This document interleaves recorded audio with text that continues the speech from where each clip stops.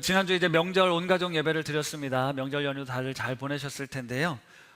명절날 설교 제목 기억나십니까? 지난주 설교 제목? 네, 중국말로, 중국에서 오신 분께서 중국말로 해주셨는데, 불파만 지파참이라는 단어였습니다. 느린 것, 천천히 가는 것, 바뀌지 않는 것을 두려워하지 말고 멈추지 말고 끝까지 꾸준히 노력해라 라는 내용이었어요. 여러분, 요한일서 말씀을 우리가 계속 듣고 배우고 또 실천도 해보려고 하는데, 우리 그리스도인의 삶이 왜 이렇게 잘 안 되지? 내가 벌써 신앙생활이 몇 년째인데 아직도 제자리 걸음인 것 같고 여전히 변하지 않는 것 같고 이게 소용이 있는 거가 싶어서 멈추고 싶죠. 포기하고 싶습니다. 그만하고 싶을 때가 있어요. 그럼에도 불구하고 멈춰서는 안 된다. 끝까지 이 길을 걸어야 된다라는 내용이었습니다. 사실 사랑하는 삶, 그리스도를 닮아가는 것, 성화되어야 된다는 것 너무나도 잘 알지만 잘 안 된다고 해서, 어려운 일이 생겼다고 해서, 실망스러운 일이 찾아왔다고 해서 멈추는 것이 아니라 끝까지 주님 만나게 될 그날까지 끊임없이 이 길, 이 믿음의 길을 걸어가는 우신 성도님들이 되셨으면 참 좋겠습니다. 오늘 성찬식을 같이 참여한 것처럼 성찬은 쉽게 말하면 내가 너에게 밥이 되어줬으니까 너도 밥이 되라 이런 거잖아요. 너의 삶을, 너의 목숨을 누군가에게, 그 누군가가 누구겠습니까? 우리의 가족일 수 있고요, 우리 교우들일 수 있고요, 나와 전혀 상관없는 이웃일 수도 있습니다. 우리의 삶의 목적은요, 나 잘 먹고 나 잘 살고 나 배부르고 나 등사숙고가 아니고 내게 베풀어 주신 생명, 나로 호흡하게 하신 주님을 위해서 내게 붙여주신 사람들, 나로 만나게 하시는 사람들에게 내 목숨을 내어주는 삶을 사는 거예요. 우리가 오늘 성찬을 통해서 받은 은혜를 나누는 것이죠. 이것이 진정한 그리스도인의 삶인데 우리 성도님들도 그 삶을 기꺼이 따라가실 수 있기를 바랍니다. 명절 연휴에 남포교회 원로 목사님이신 이 박영선 목사님 아시는 분들 계실 텐데요. 그분의 짧은 메시지를, 쇼츠 메시지를 제가 들었어요. 그분 목소리로 해야 이게 더 실감 나는데 제가 그분 목소리를 흉내낼 수는 없으니까 읽어드리겠습니다. 예수님의 단 하나 요구는 이거였습니다. 서로 사랑하라. 그런데 서로 사랑하는 건 서로 좋아서 껴안는 것이 아니다. 사랑은 책임이다. 무슨 책임이냐? 내 존재를 하나님의 뜻 안에서 수용하고 타인의 존재를 하나님의 뜻 안에서 수용하는 것이 서로 사랑하는 거랍니다. 내 존재가 하나님의 뜻이 뭘까요?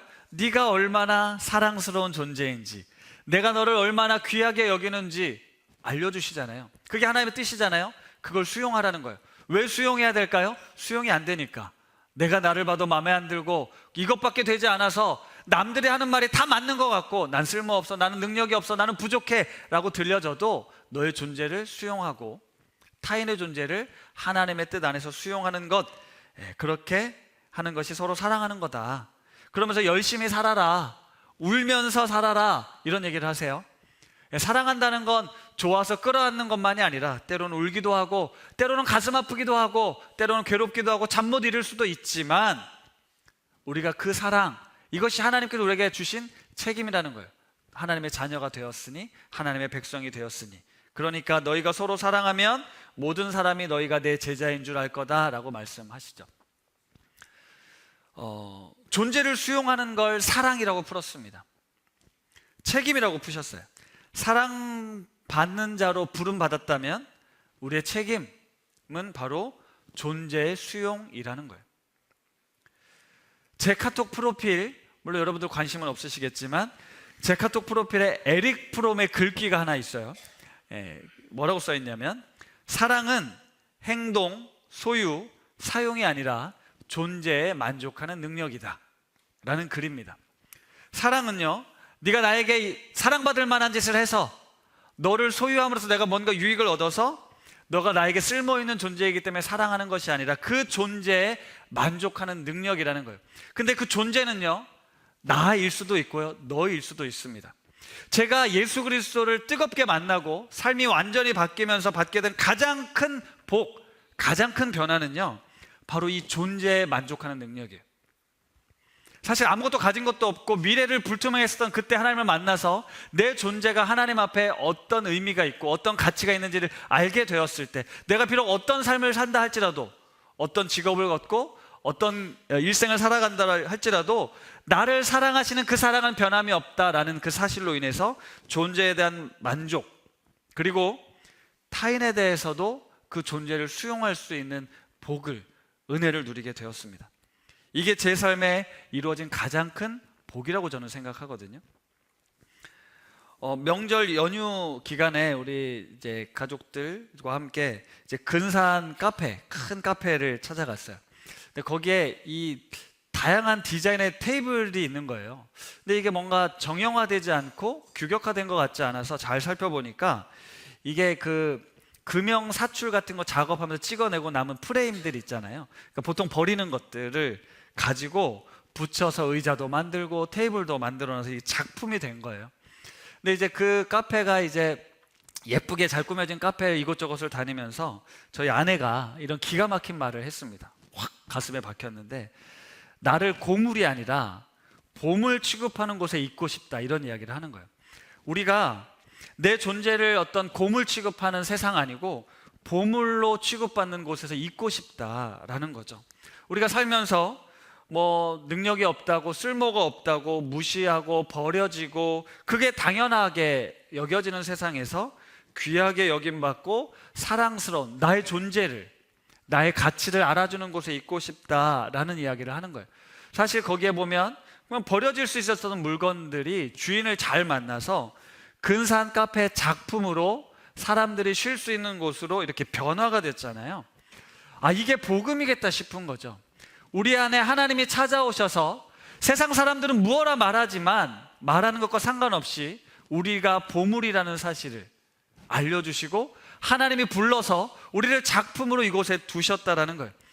우리의 삶이 서로 안에 있는 이 작품들을, 이 보물들을 발견해주고 받아줄 수 있는 곳이어야겠구나. 가정이 그런 곳이어야 하고 교회가 그런 곳이어야 하며, 여러분들이 나가서 살아야 될 세상에 이 쓰레기 같은, 이 버러지 같은, 이 죄악으로 가득한 세상에 그 깨어진 작품들을 다시 하나님께로, 하나님의 품 안으로 와서 보물로, 그 원래의 형상으로 그 아름다움을 회복시켜주는 것, 그것이 그리스도인의 삶이겠다 싶었습니다. 오늘 본문에 보면 그리스도의 영, 그러니까 하나님의 영과 적그리스도의 영 두 가지가 나와요. 사도 요한은 형제들에게 이렇게 이야기합니다. 영을 다 믿지 말고 영들이 하나님께 속하였나 분별하도록 해라. 많은 거짓 선지자가 이미 세상에 널려 있다라고 이야기를 합니다. 형제들, 여러분들에게 이야기하는 거예요. 우리들에게 말씀하시는 거예요. 영을 다 믿지 말라는 거예요. 여기서 말하는 영은요, 푸뉴마라는 단어를 씁니다. 푸뉴마라는 단어를 쓰는데, 푸뉴마의 원래 뜻은 호흡, 숨, 바람, 이런 거예요. 우리가 영 그러면 막 어떤 영적인 존재, 뭐 영적인 체험, 뭐 귀신, 뭐 이런 것들을 떠올릴 수 있는데요, 사실 푸뉴마라는 단어는요, 숨, 호흡, 어떤 감정, 느낌, 가치관, 뭐 이런 것으로 얼마든지 번역이 될 수가 있어요. 그러니까 영을 다 믿지 말라고 말하는 건 세상의 가치, 세상의 호흡, 세상의 이야기들을 다 믿지 말라는 것으로 풀어볼 수 있다는 거죠. 영을 분별하라는 것 역시 하나님의 숨결이 뭐겠니? 하나님의 마음이 어떤 것인지를 분별하라고 말씀하고 있는 거예요. 그러니까 뭐 영적인 세계가 이게 귀신의 영이냐 하나님의 영이냐 이것이 아니라 우리 안에 들어온 생각들, 우리 안에 있는 가치들, 우리 안에 있는 느낌들, 이 감정들이 하나님의 호흡 속에서 우리 가운데 나오는 것인데, 이게 하나님으로서 나온 것인지 적 그리스도에게서 나온 것인지 세상에게서 나온 것인지 분별해라라고 이야기를 하는 거예요. 그러면서 뭐라고 이야기를 하냐면, 하나님께 속한 영은요, 예수 그리스도가 육체로 오신 것을 시인하는 영이다라고 이야기를 하는 거예요. 당시 뭐 배경도 있겠지만 하나님께서 성육신하셔서 예수님으로 이 땅에 오셨다라는 걸 시인하는 것, 믿는 것, 인정하는 게 하나님께 속한 영이라는 거예요. 반대로 예수를 시인하지 않는 영은 적그리스도의 영이라고 말하고, 그게 이미 너희 안에 세상 가운데 있다라고 이야기를 하죠. 여러분, 여러 차례 요한일서를 통해서 말씀드리지만요, 영지주의자들은요, 육체, 이 물질은 더러운 것, 악한 것, 소망이 없는 것이라고 이미 결론을 내버렸습니다. 영만, 영적인 것만, 신령한 것만, 그게 우리의 본질이다. 인간의 본질은 영이지 육체가 아니라는 거예요. 육체는 왜요? 더러운 것이니까 육체로부터 해방되는 것이 구원이에요. 그래서 육체적인 것, 육신의 일들을 하등하고 열등하다고 말합니다. 대신 영적인 것, 신령한 것이 우월하고 그것이 신과 교통할 수 있는 길이다라고 얘기를 하죠. 이런 영지주의적 사고가 오늘날에도 이르러서 교회와 세상을 구분하게 만듭니다. 교회는 영적이고 세상은 악한 곳, 교회는 살아남아야 되지만 세상은 사라져 없어져야 될 것이라고 구분한다라는 거예요. 예배와 우리의 일을 구분하고 기도와 우리의 노동을 구분하게 만듭니다. 기도는 신령하고 우리의 일은 하등한 것이라고 말이죠. 영적인 일, 교회 가는 것, 기도하는 것, 예배 드리는 것, 선교 가는 건 신령한 일이지만 공부하는 것, 노동하는 것, 가족들과 명절 연휴를 맞아 여행하는 것은 그냥 너를 위한 것이니까 하등하고 열등한 것이다 라고 말해버렸다라는 거예요. 사실 그렇지 않습니다. 예수님께서 육신을 입고 오셨다라는 의미에는 그런 의미가 담겨져 있는 거예요.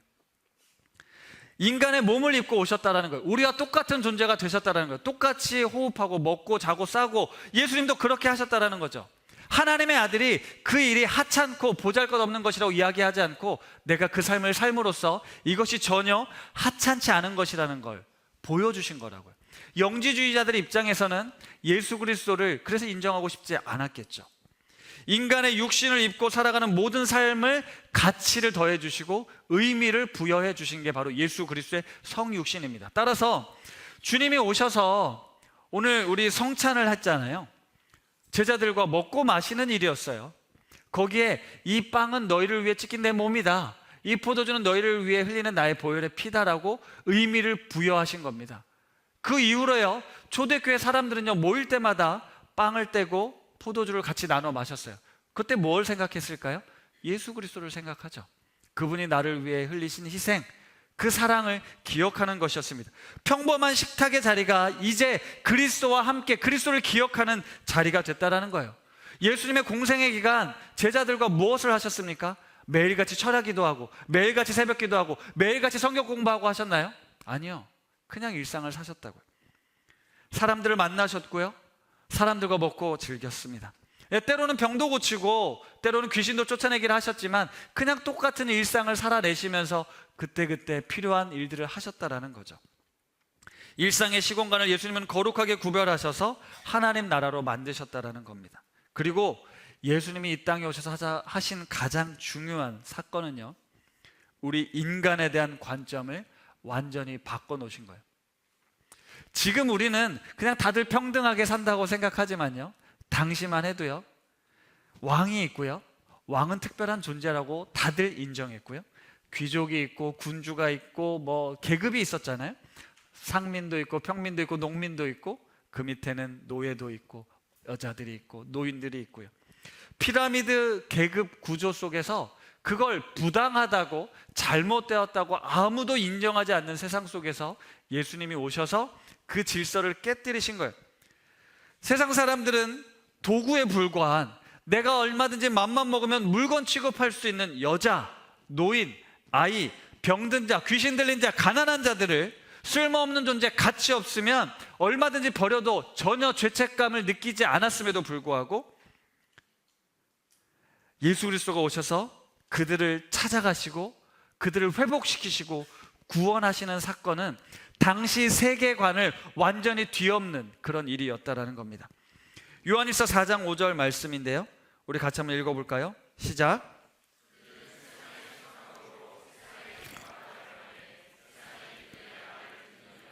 그들, 하나님을 알지 못하는 자들은 세상에 속한 말을 합니다. 그리고 세상은 그들의 말을 듣는다고 해요. 세상의 말들은 어떤 말들입니까? 우리의 존재를 짓밟는 말들이에요. 무시합니다. 어떻게 해서든 돈이 없으면 돈이 없는 대로, 공부를 못하면 못하는 대로, 못생기면 못생긴 대로 우리의 존재를 부정하고 부인하게 만들죠. 우리가 가정에서, 세상에서 듣는 말들이 이래요. 우리 다음 세대 아이들 뭐 게임 할 때 보면 뭐 영화를 보든 뭘 하든 온갖 욕설과 음담패설로 우리의 영혼을 병들게 하는 말들을 듣고 그러려니 하고 살잖아요. 가정에서는 어떻습니까? 우리 아이들이 사랑받는 말을 듣습니까? 너 왜 그거밖에 안 되니? 왜 그렇게밖에 못하니? 너의 인생 어떻게 하려고 그러니? 부정적이고 비난하는 말들이 많잖아요. 이 세상의 말들이 그렇다라는 거예요. 그런데 예수님은 그런 우리들을 찾아오셔서 아니야, 너는 내 아들이야, 내 자녀야, 너는 존귀한 자야, 네가 얼마나 아름다운지 아니? 너에게 얼마나 아름다운 존재 가치가 있는 줄 아니? 그것을 말씀하시는 거죠. 몸소 보여주셨다라는 거예요. 예수님이 오셔서 하신 삶이 그랬다라는 거죠. 성육신은요, 단순히 하나님의 아들이 되셨다라는 것이 아니라 인간의 몸을 입고 살아가는 우리들, 절망 속에서, 고통 속에서, 죄 가운데 죽을 수밖에 없는 우리들을 새롭게 구원하시는 하나님의 역사였다라는 거예요.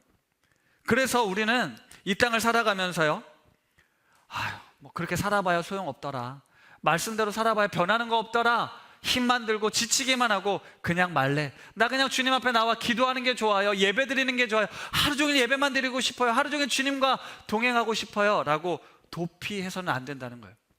그와 반대로 어차피 이 땅은 썩어 없어질 것, 내가 아무리 애써봐야 뭐 변하는 거 하나도 없는데 그냥 나도 내가 하고 싶은 대로 살래, 내 욕심대로 살래, 내가 원하는 대로 살래, 이제 그만 사랑하고 그만 희생하고 그냥 나도 내 삶을 살고 싶어 라고 해서도 안 된다는 거예요.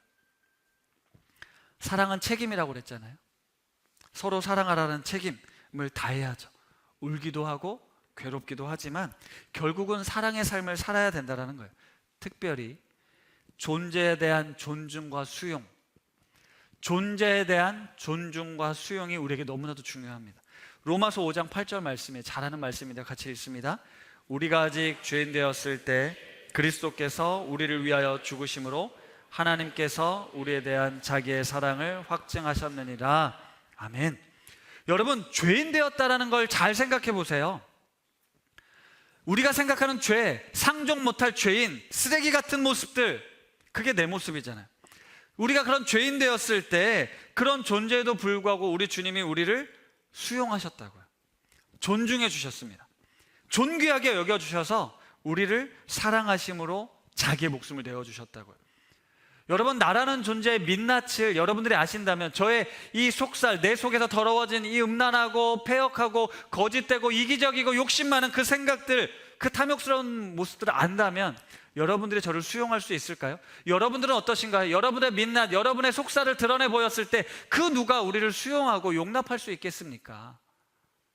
그렇잖아요. 지금 나이스한 모습으로 이야기하고 있고 대화하고 있지만 우리 속에서 벌어지고 있는, 우리가 알지 못하는 곳에서 행하고 있는 우리의 죄된 본성들을 보게 될 때 우리는 나도 내가 싫잖아, 그런 모습이 너무너무 가증스럽잖아요. 그런데 우리가 죄인 되었을 때 그분이 우리를 용납해 주시고 수용해 주신 게 사랑이라고요. 그럼에도 불구하고 사랑하셨다라는 것이죠. 그래서 오늘 우리가 이 자리에 있을 수 있는 겁니다. 내가 이 자리에 있을 수 있는 건 우리가 자격이 있어서 하나님 앞에 내세울 게 있어서 전혀 아니에요. 그리스도의 십자가 보혈로 우리를 덮어주셨기에 우리의 추악함과 우리의 더러움에도 불구하고 하나님 우리를 이곳에서 용납해 주시고 우리의 예배를 받으시는 거죠. 존재에 대한 존중과 전적인 수용이 있었기에 가능한 일이었습니다. 그리고 이게 바로 사랑이에요. 그리고 이 사랑을 너희도 하라 라고 말씀하시는 거죠. 이게 하나님께서 육신을 입고 이 땅에 예수 그리스도로 오신 이유, 성육신, 그게 하나님의 영입니다. 죄인의 몸에, 죄가 가득한 몸에, 도저히 희망이라고도 없는 우리 몸에 우리 주님이 찾아오시는 거예요. 이 사실을 인정하는 자마다 하나님께 속한 것이라고 이야기를 하는 거예요. 이 사실을 시인하는 자마다 하나님께 속한 것이라고요. 우리는 이 사실을 시인해야 돼요. 주님이 내 안에 오셨다, 우리의 더러운 육체 가운데, 이 불쌍한 인생 가운데 우리 주님이 오셨다, 이것을 인정하라는 거죠. 그리고 이렇게 말씀하십니다. 4장 4절이에요. 같이 읽습니다. 자녀들아,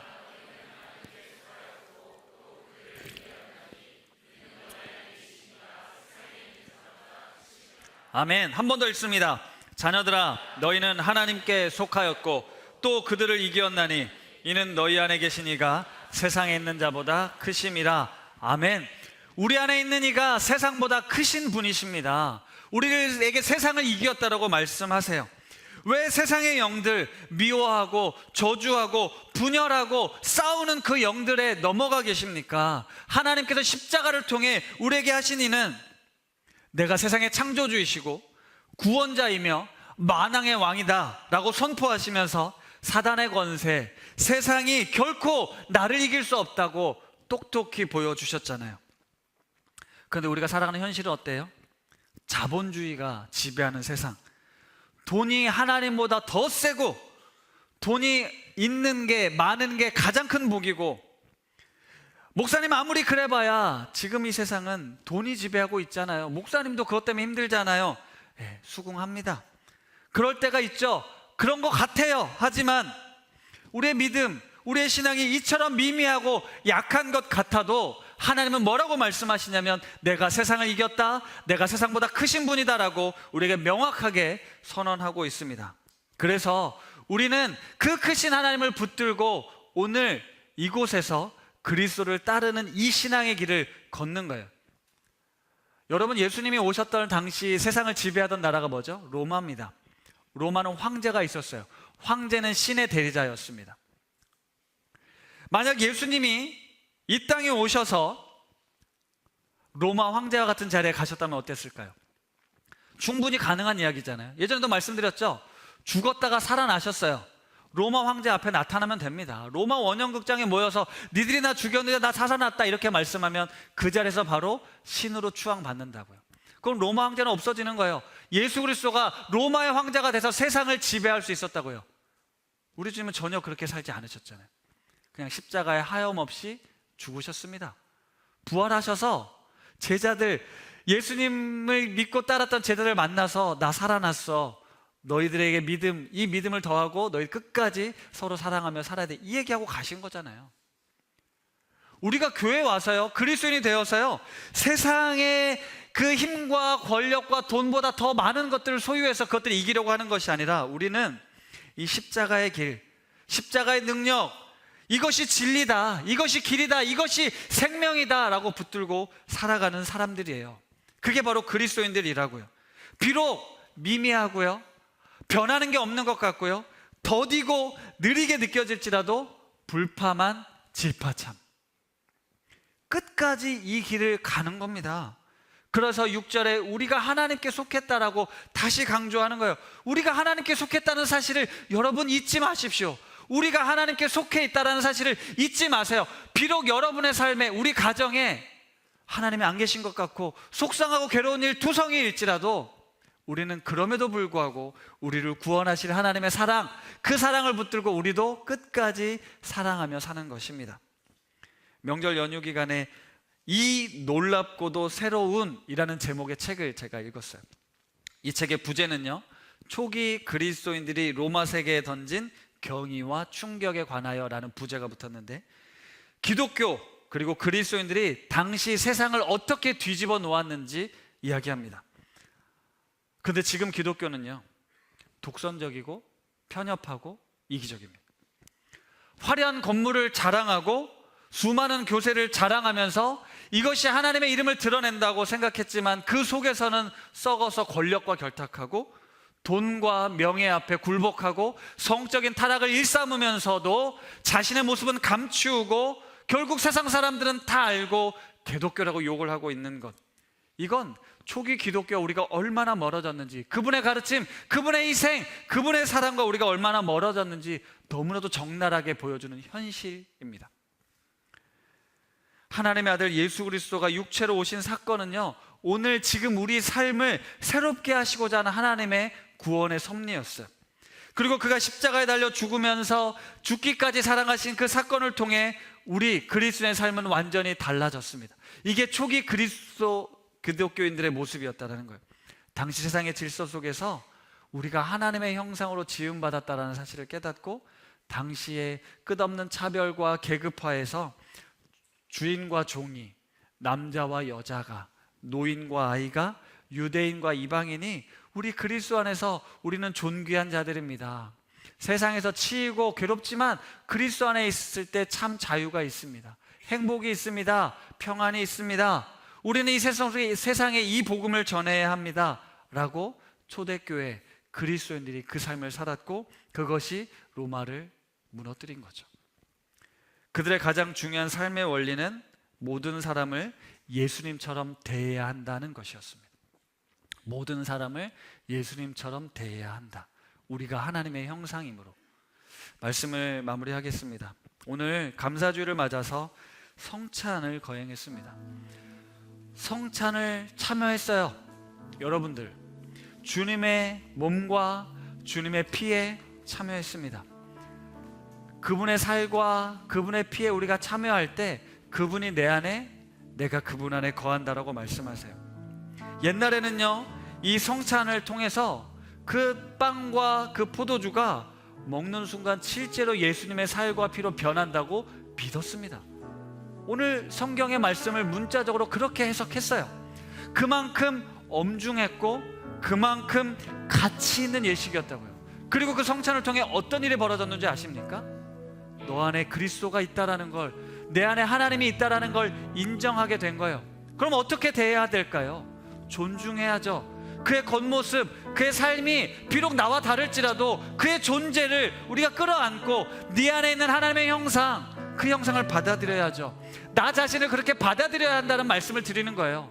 내가 세상에서 어떤 취급을 받고 세상의 기준으로 내가 비록 벗어난 삶을 살았더라도 우리 다시 주님께로 돌아오면 됩니다. 아니, 그 순간 내가 하나님께 속하였다는 사실만 놓치지 마세요. 그리고 거기서 나를 다시 존귀케 하십시오. 스스로를 사랑하십시오. 스스로를 받아들이시라고요. 그 다음 우리의 가정을, 우리의 이웃을 받아들이시는 거예요. 제가 어제 이 설교를 끝내고 잠자리에 들었는데, 오늘 이야기는요, 서로 존중하고 서로 수용하라는 얘기거든요. 이거 당연한 얘기잖아요. 이거 모르시는 분이 있어요? 근데 왜 이렇게 안 되는 거예요? 왜 우리 눈에, 우리의 판단으로 내가 하나님 앞에 어떤 존재인지를 잃어버리고 우리는 서로 미워하고 헐뜯고 정죄하고 죽이려고 하는지 모르겠어요. 그리스도 안에 모여있는 우리가, 함께 성찬에 참여한 우리가 왜 서로를 존중하지 못하고 수용하지 못한 채 있는 것일까요? 우리는 하나님께 속한 존재들입니다. 나만이 아니라 우리가 하나님께 속한 자들로 이 세상의 가치, 기준, 질서, 도전 속에 흔들리지 마십시오. 세상의 말들, 그 말들에 귀 기울이지 마시고 하나님의 말씀, 하나님의 영, 그 하나님의 영으로 인도함을 받으십시오. 여러분, 질그릇 같은 내 삶에 가장 귀한 보배, 그분이 담겨 있습니다. 그 보물을 우리가 서로 발견하고 알아봐 주는 것, 그것이 진짜 행복한 삶인 것 같아요. 사랑하는 성도 여러분, 우리 안에 있는 이 아름다운 하나님의 형상을 발견해주고 보듬어주고 수용해주고 존중해주는 그 사랑의 삶을 살아가는 우리 우신 가족들 다 되실 수 있기를 바랍니다.